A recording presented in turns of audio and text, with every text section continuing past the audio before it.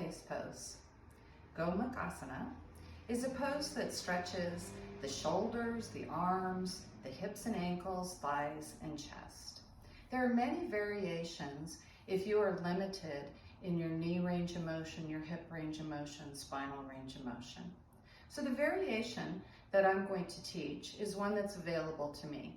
And again, I want to remind you that if we have proper alignment in a pose, then you're going to get the full effects of the pose.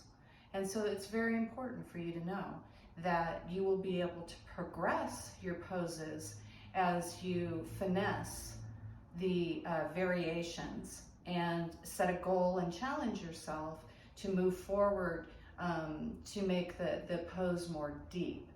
But for right now, the variation that I'm going to use is laying supine or on my back, and just by inhaling and exhaling, going to lay down on my back in a very comfortable spinal position. And I'm going to bring both of my knees to my chest, okay? And then the next thing I'm going to do is I'm going to bring my right leg over my left.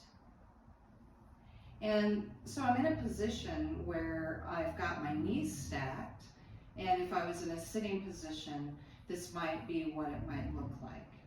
Now, if it's not available for you to grab your toes, which it is not available to me, it's okay to grab the knee and the shin, and again, closing that loop so that you have a connection in order to chin tuck, have your spine nice and neutral and flat, engage your core, and you can pull in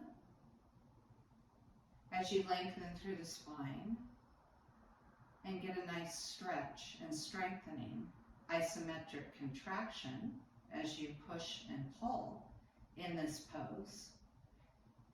And again, I'm getting the full effect of the pose